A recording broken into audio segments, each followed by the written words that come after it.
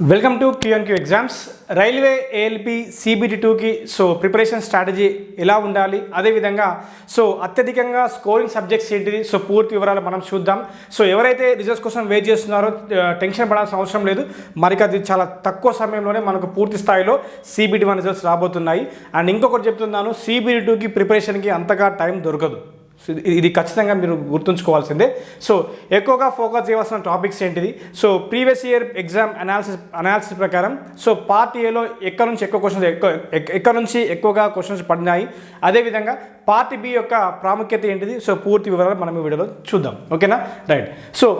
మనకు తెలుసు కదా, ఏఎల్పి ఎగ్జామినేషన్ CBT2 అనేది మనకు అందులో 2 పార్ట్స్ ఉంటాయి.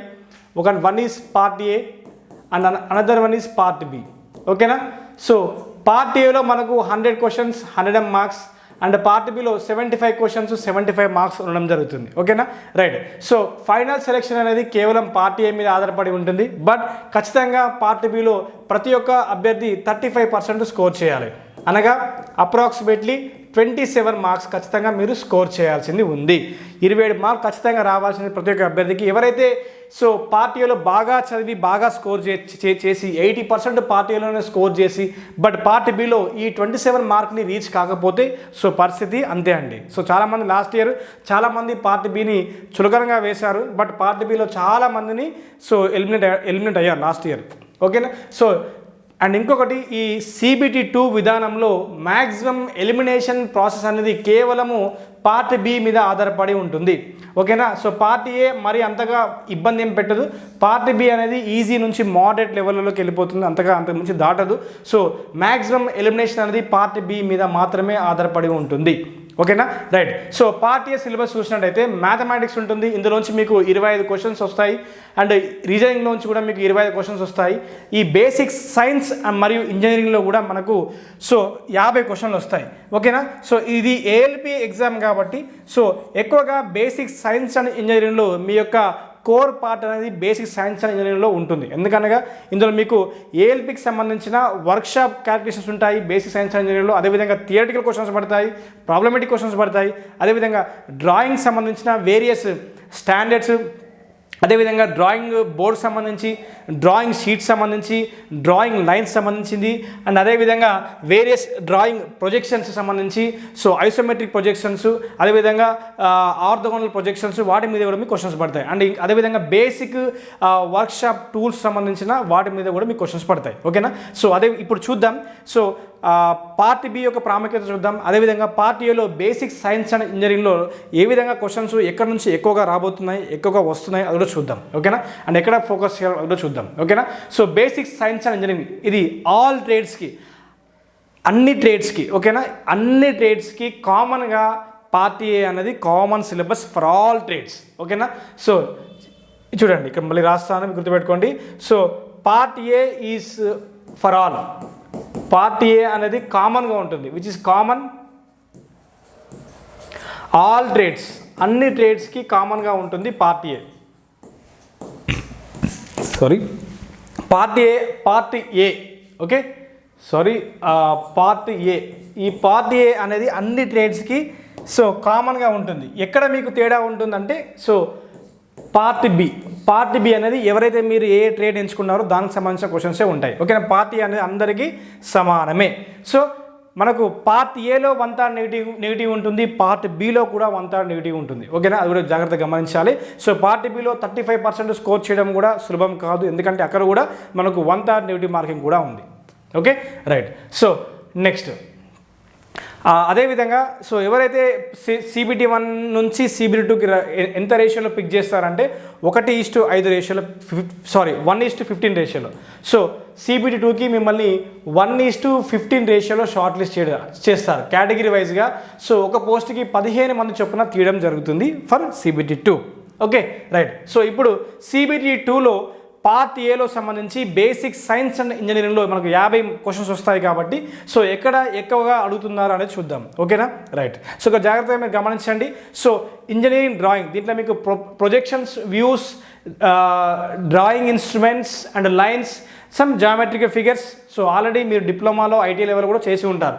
And symbolic representations. ఓకేనా, యావరేజ్గా మనకి ఇక్కడ నుంచి 5 to 6 క్వశ్చన్స్ వస్తాయి. బేసిక్ ఇంజనీరింగ్ డ్రాయింగ్లోంచి మనకు సో 5 to 6 క్వశ్చన్స్ పడతాయి. అదేవిధంగా so this is workshop calculation part. ఇందులో కొంచెం థియరిటికల్గా ఉంటాయి, అదేవిధంగా కొన్ని ప్రాబ్లమేటిక్ క్వశ్చన్స్ కూడా ఉంటాయి.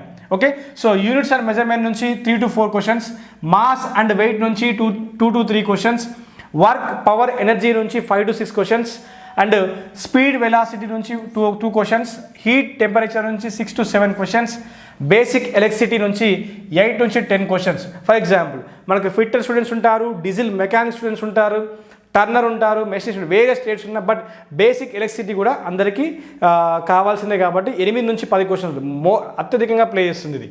Next so levers and simple machines 2 to 3 questions.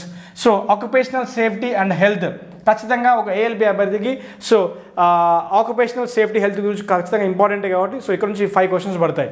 Next environmental education 5 to 5 questions. So IT literacy that means basic computers, మరి ఎక్కువగా అవసరం అంటే చిన్నగా బేసిక్ కంప్యూటర్స్ ఇక్కడ నుంచి 2 to 3 క్వశ్చన్స్ పడతాయి. ఓకేనా, సో మీకు ఎక్కువగా ఎక్కడి నుంచి పడుతున్నాయి అంటే so engineering drawing so 6 question cover చేస్తున్నాయి, work power energy including workshop calculations ఇక్కడ మీకు 6 క్వశ్చన్ పడుతున్నాయి, heat temperature 6 to 7 question, and basic electricity including workshop calculations. Okay, theory and workshop calculation. So basic electricity, occupational safety, environment, so ఈ chapters ఏవైతే ఉన్నాయో వీటి నుంచి మీకు అత్యధికంగా క్వశ్చన్స్ పడుతున్నాయి. So out of 50 questions. Okay, basic science and బీఎస్సీలో basic science and engineering. Okay, right. Next so ఈ పార్ట్ ఏలో మనకు ఫైనల్ సెలెక్షన్ అయినప్పటికీ సో పార్ట్ బిలో ఖచ్చితంగా మనము క్వాలిఫై అవ్వాల్సిందే. ఇప్పుడు పార్ట్ బి గురించి చర్చిద్దాం. ఓకేనా, సో దానికన్నా ముందు ఈ ఇంజనీరింగ్ డ్రాయింగ్లో మీకు 5 నుంచి 6 క్వశ్చన్స్ అని చెప్పినాం కదా. సో అందులో మీకు ఫోకస్ చేయవలసిన టాపిక్స్ ఏంటిదంటే బేసిక్ సిలబస్ చూడండి. సో ఇక్కడ introduction to engineering drawing and drawing instruments. So మీరు డ్రాఫ్టింగ్ ఇన్స్ట్రుమెంట్ గురించి నేర్చుకుంటారు. ఆ డ్రాఫ్టింగ్ ఇన్స్ట్రుమెంట్స్ గురించి various sizes and layouts of drawing sheets. ఓకేనా, అండ్ డ్రాయింగ్ బాక్స్, ఆ టైటిల్, ఓకే టైటిల్ బాటము అవన్నీ, ఆ సైన్ కన్వెన్షన్స్, యూనిట్ కన్వర్షన్స్, ఎంఎంలకు తీసుకోవడము అవన్నీ మీకు ఇందులో ఉంటుంది. నెక్స్ట్ టైటిల్ బ్లాక్ గురించి, its position and its content, title block ఎక్కడ ఉండాలి, ఎలా ఉండాలి, సో అక్కడ ఎంత ఎంఎం, ఎలాంటి పెన్సిల్స్ యూస్ చేయాలి అది కూడా మీకు తెలుసు. బేసిక్ డ్రాయింగ్ ఇన్స్ట్రుమెంట్స్ గురించి. Next so free hand drawing of geometric figures and blocks with dimensions, and అదేవిధంగా transferring measurement from given object to the free hand sketches. Okay, so measurements transformation కూడా మనకు తెలియాలి. Next free hand drawings of basic hand tools గురించి పడతాయి. Next geometric figures మీద కూడా పడతాయి, like angle, triangle, circle, rectangle, square, parallelogram. Next lettering and numbering and single stroke lines. Next symbolic representation, ఈ symbolic representation మీద మీరు అడుగుతారు. Next ఏ డ్రాయింగ్ టూల్స్ ఎక్కడెక్కడ వాడుతారు. So now days so latest టెక్నాలజీలో so in the field of IT sectors ఏ tools వాడతాము. Next in the field of construction sector ఏ టూల్స్ వాడతాము. నెక్స్ట్ ఎలక్ట్రికల్ ఆటోమేషన్లో ఎలాంటి టూల్స్ వాడతాము, అవన్నీ వాటి గురించి కూడా క్వశ్చన్స్ పడతాయి. ఓకేనా, right. Next so importance of part B. So CBT 2లో ఈ పార్ట్ బి అనేది మనకు చాలా చాలా కీలకం. సో ప్రతి ఒక్క ట్రేడ్ ఎంచుకున్న అభ్యర్థి సో పార్ట్ బిలో 35% స్కోర్ చేయాలి. దట్ ఈస్ అప్రాక్సిమేట్లీ 27 మార్క్స్ ఖచ్చితంగా మీరు స్కోర్ చేయాలి.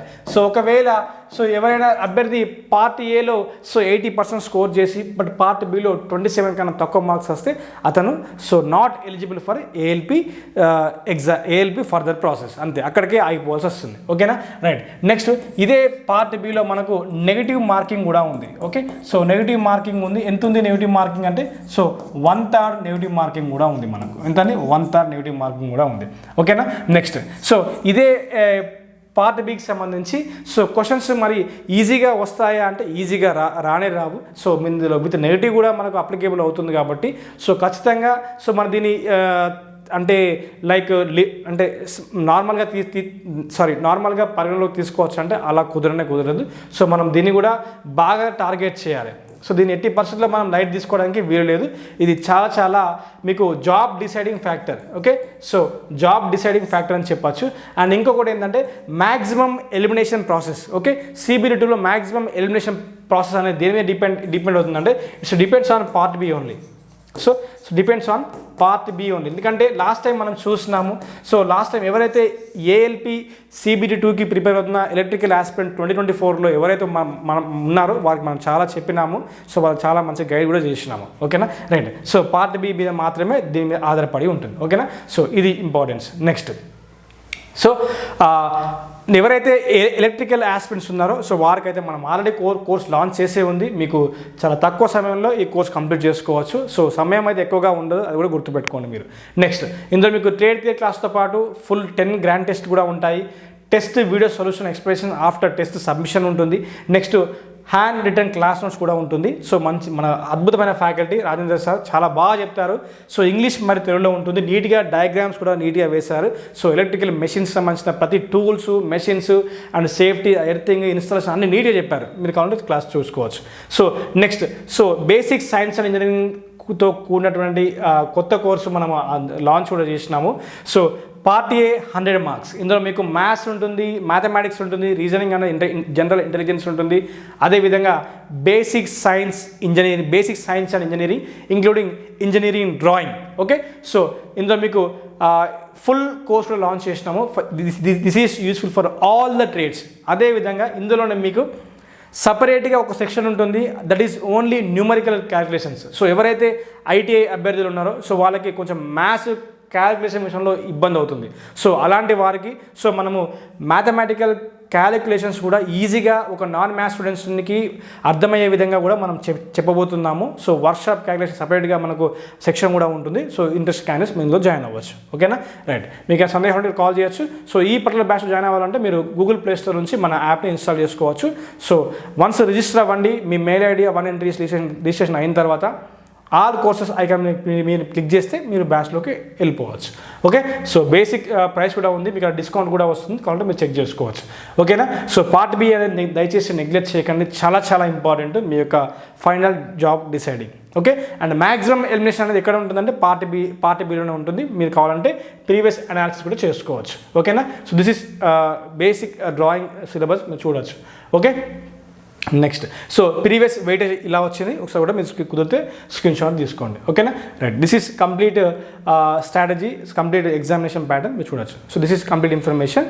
సో వీడియో నచ్చితే లైక్ చేయండి, కుదిరితే మీ మిత్రులకు షేర్ చేయండి. కొత్తగా చూస్తున్న దయచేసి ఛానల్ని సబ్స్క్రైబ్ చేసుకోండి. Thank you very much.